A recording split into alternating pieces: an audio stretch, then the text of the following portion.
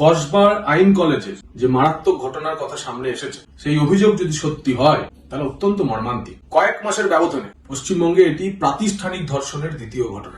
আরজিকর কাণ্ডে খুন ধর্ষণের ঘটনায় ধর্ষণের যাবতীয় প্রমাণ মাননীয়ার পুলিশ লোপাট করে দিয়েছে, কিন্তু এই ঘটনায় ছাত্রীটি নিজে বেরিয়ে এসে অভিযুক্ত তার ধর্ষকদের নাম থানায় লিপিবদ্ধ করেছে। মাননীয়ার সরকার ক্ষমতায় আসার পর পার্ক স্ট্রিট দিয়ে শুরু হয়েছে। পার্ক স্ট্রিট, কামদুনি, হাঁসখালি, সন্দেশখালি, আরজিকর, এই কসবার ঘটনা ভয়াবহ। এইরকম ভয়াবহ মহিলাদের উপর নির্যাতনের জন্য কি জবাব দেবেন মহিলা মুখ্যমন্ত্রী? আজ রথের দিন, মানুষ পূর্ণ ভবিষ্যতের কথা ভেবে পবিত্র রথযাত্রার দিন জগন্নাথের রথের দড়ি টানছে।